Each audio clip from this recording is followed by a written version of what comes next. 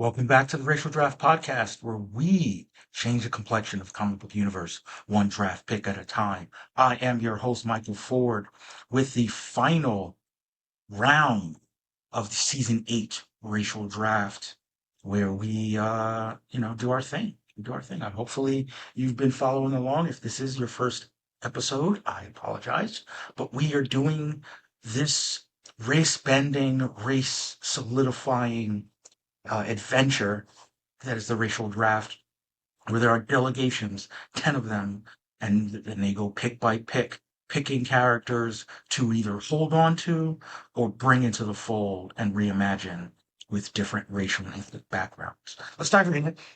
So the first pick of the 12th round, 12th and final round, we start with the Polynesian delegation. This is a character that hasn't been around very long, but has been traditionally depicted as white. So, it's a little bit of change. The Polynesian delegation drafted Bailey Briggs, aka Spider Boy. I've read a few comics with Spider Boy in them, Bailey Briggs. I don't know a lot about him, so I don't know exactly what the Polynesian delegation could do in order to imbue the character with more racial identity, than just the standard white. Obviously, he's been just up to this point depicted with red hair and freckles, which are definitely white signifiers. But I'm looking forward to finding out whether there's more to the story and whether there's room for the reimagining. The people are a little bit mixed on it, which is, tends to happen sometimes.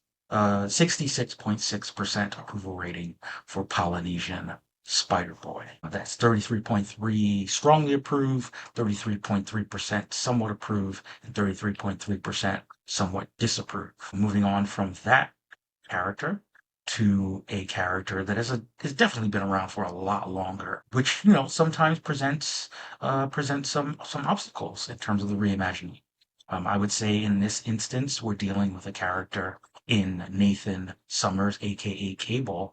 He's the son of two mutants, and he's been traditionally depicted as white as well. In this instance, we're dealing with a character that in our current season was his father, Cyclops, Scott Summers, was drafted by the Black delegation, and his mother, Jean Grey, was drafted by the Polynesian delegation. So naturally, the Latin delegation would go ahead and draft him, so to speak. So that is part of the challenge for this season. Often, when you're dealing with the children of a character, you want to circle that square that circle. It's probably the best way of saying that.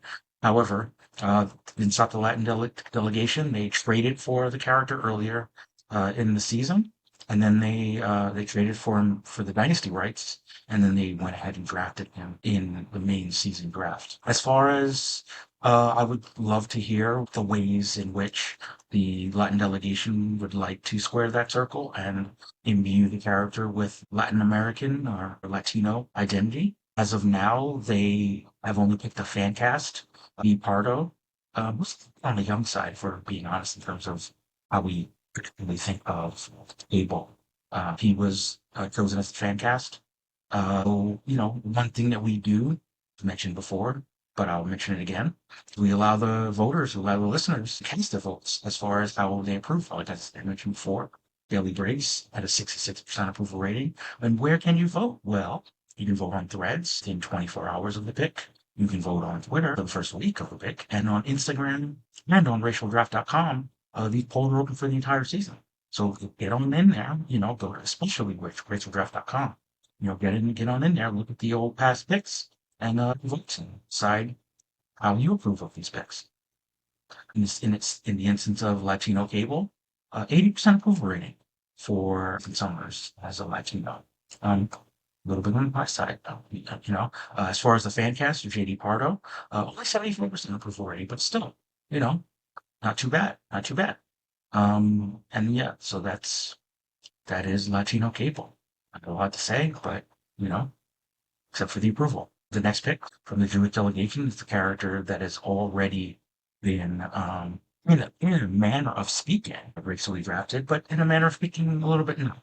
And we're talking about Intessa Valentina Allegra de Fontaine, the heiress, generally of European origin, spy, typically on the same level as Nick Fury, often love interest from Nick Fury. But we've also seen her in the Marvel Cinematic Universe, portrayed by Julie Louis-Dreyfus, who herself is Jewish. So, I would say that the Jewish delegation did easy enough work, drafting her over from the Dynasty Draft. We're going to see her next in the Thunderbolts movie, which is going to be dropping in the spring. And yes, so the Jewish delegation went ahead and drafted the character. They got a 100% approval rating for Jewish Valentina, 66.7 strongly approve and 33.3 somewhat approve. As far as the fan cast, this was surprising, because a lot of people like Julia Louis-Dreyfus and they've liked her performance so far. But the people who voted in the polls only gave her a 75% approval rating. 50% strongly approve, 25% somewhat approve, and 25% somewhat disapprove of the Julia Louis-Dreyfus fan cast. Moving on from the Jewish delegation to the South Asian delegation, this is a character that was drafted as part of their dynasty draft of the last season, and they drafted her over. Because she's been showing up a lot lately. Actually, she had a major role with Creature Commandos. He's been a major character in the Wonder Woman run, a major part generally of the Wonder Woman supporting cast, sometimes rogue, typically rogue. But in this absolute Wonder Woman run, she's actually been on Wonder Woman's side. And this character is Cersei. Cersei, who was portrayed in animation, or at least voiced in animation by Anya Chalotra. And one of the things that we know about James Gunn's MCU is that typically the actors who portray them in animated form will be portraying them in live action. So the South Asian delegation went ahead and completed that transaction, so to speak. So as far as the thing of South Asian Cersei, 100% approval rating. And as far as the fan cast of Anya Chalotra, also 100% approval rating, with 92.3% strongly approve and only 7.7 somewhat approve. We can talk a little bit about Cersei being a character that does come from mythology. But I would say that the proximity of South Asia to Greece does allow for some of the maybe Orientalist elements of, her as a temptress witch in these legends kind of work. So yeah, so that's Cersei for the South Asian delegation. Top marks for them. We move on to another character that really shouldn't be that controversial, but another character that we'll see again in the Thunderbolts film this spring. The White Delegation went ahead and brought in a character, Robert Reynolds, aka Sentry, who generally has been historically depicted as white. There's not a lot of reason, to imagine. I know that there was a moment in there where people thought that Stephen Young would be playing him. That ended up falling through, and they went right back to a white guy depicting Sentry. So perhaps this is why the character only got an 80% approval rating. Maybe some residual, not concern, but residual regret, we'll say, of this character not being race bent, but staying within the fold of the white delegation. So yeah, 80% strongly approved, 20% somewhat approve, and 20% somewhat disapprove. With respect to the fan cast, well, they kept it simple. They stuck with Lewis Pullman, the actor that's going to be playing him in the Thunderbolts movie. We've already seen him in some trailers. And that's 7, and so he got a 100% approval rating. 96.9% strongly approve and 23.1 somewhat approve. So approval on that front. And once again, you can vote in all the regular places, RacialDraft.com and Instagram, as of now, because these polls close in the other places. But make your voice known one way or the other. Moving on to another defensive pick, and this comes from the Southeast Asian delegation, where this character has fallen in favor. Hasn't shown up in the movies for a long while, hasn't gotten a other years he's gotten his own solo, but he's currently without a solo run, and that is Shang-Chi. Shang-Chi, traditionally East Asian, particularly Chinese, and he's obviously played by um, obviously been played by Simu, and went ahead and stayed within the lines, so to speak. 100% approval rating, and all 100% strongly approve of East Asian Shang-Chi. With respect to the fan cast, also 100% approval rating for sticking with Simu, 75% strongly approve, and 25% somewhat approve, but still 100%. So I'm just across the board for East Asian Shang-Chi. Moving on, quickly, I suppose we're coming through this round fairly with some speed. But this is one of the only non-defensive picks, or at least non-picks that have been picked before. And this comes from our friends of the multiracial delegation. As I often say, the skeleton crew delegation. This is a character that has been getting a lot of a push lately. Not a major push. He's not a A-list character by any stretch of the imagination. He's I would say that there's a version of this character that made his way into the Watchmen story that is much more mainstream, much more popular than he is. I'm talking, of course, about Captain Atom, and the Watchmen variation of him would be Doctor Manhattan.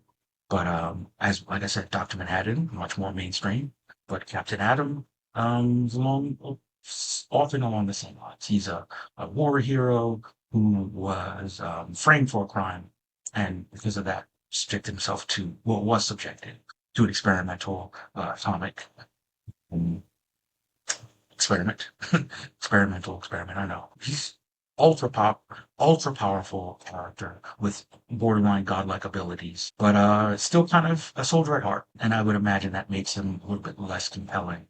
But what they've sort of leaned into with the character more recently is the extent to which there's some PTSD elements of that. And I think that one of the advantages of making him multiracial is that he's supposedly a Vietnam War veteran.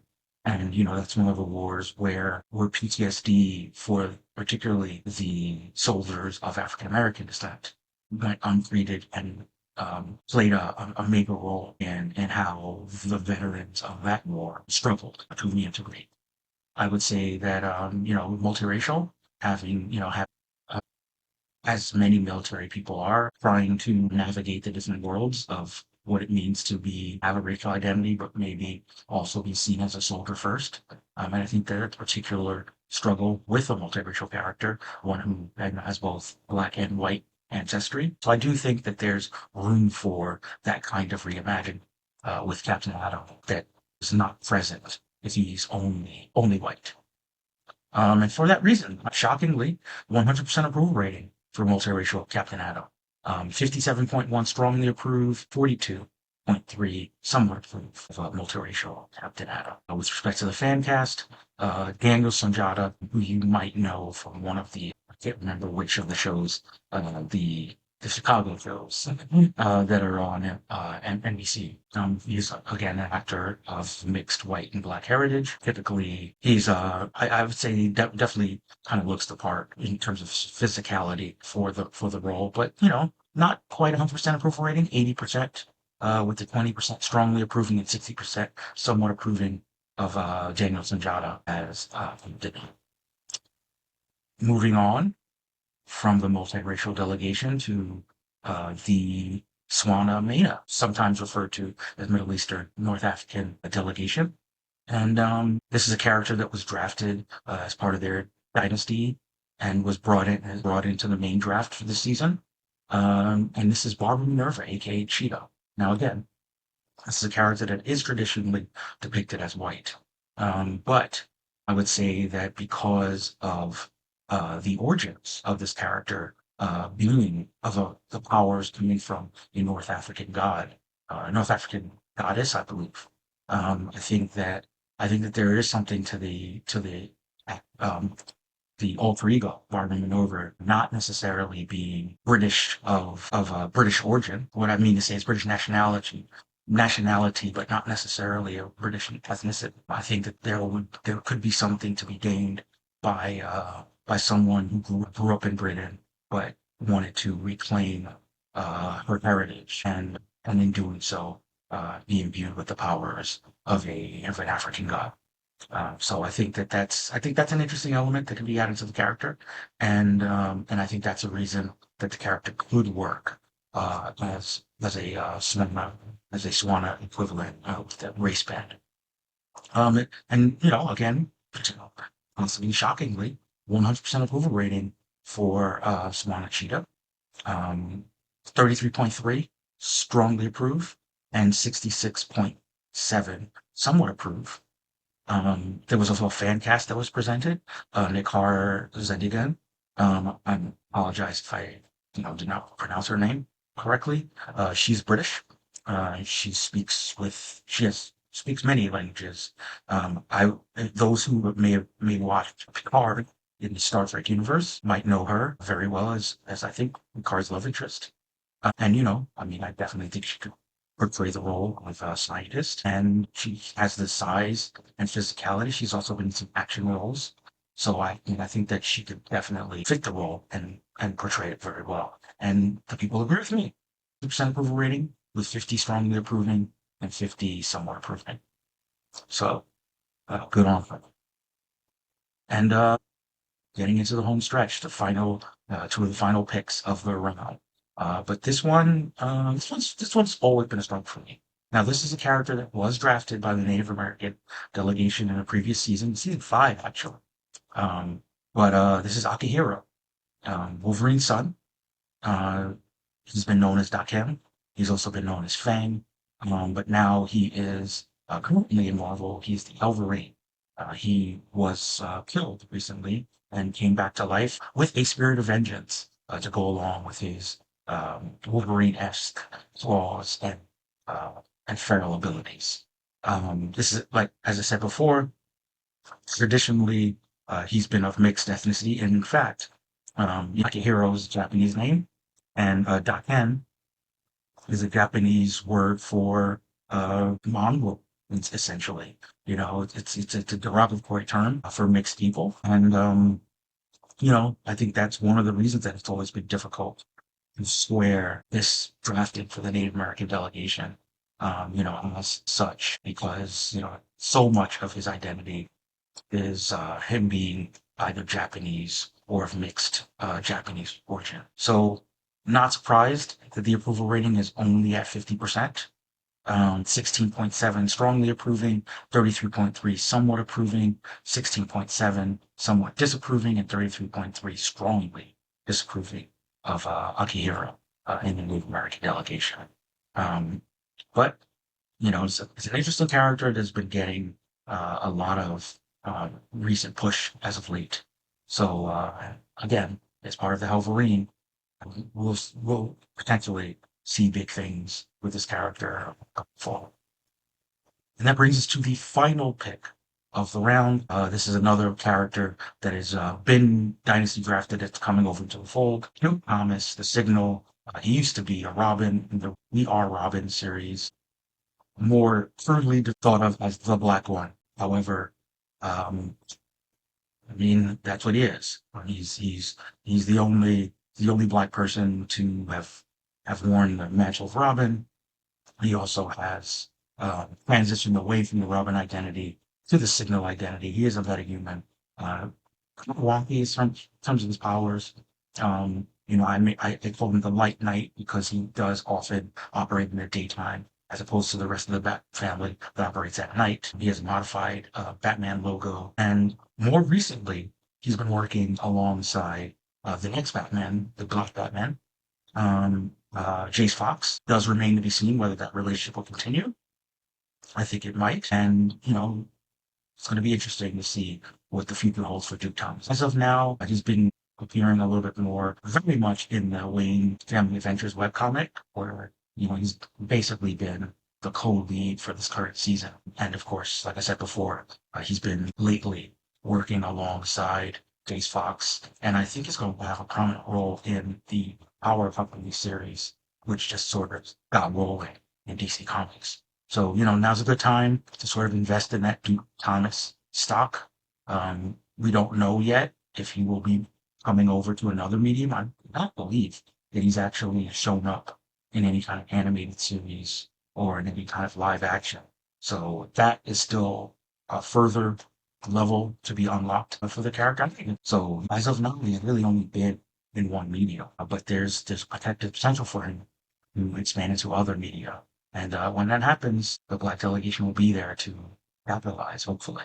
Unless one of the other delegations gets in there in a subsequent season and snatches him out of the fold. But that's what we do with the racial draft. You have to manage your assets. So, when there are some characters that are characters of color, you have to figure out where they fit in the hierarchy as far as the total characters you draft in the season, and of course the characters that you draft for the long term in the dynasty draft. Speaking of the dynasty draft, by the time you listen to this podcast, it will have kicked off the round 8 dynasty draft where these characters will be held indefinitely. So pay attention to that. Follow along with us and follow on Instagram, on Twitter, on Blue Sky, on YouTube. Stay abreast with all the racial draft shenanigans wherever you can. Try to cast your votes, like and subscribe. If you're listening to the podcast in audio form, go ahead and subscribe to us here and keep the party rolling. But I'm not going to keep your attention for too much longer. Follow us at all the usual places, and hopefully you'll be here with us next week. Same race time, same race channel, where we racially draft. Go next time. All things are possible.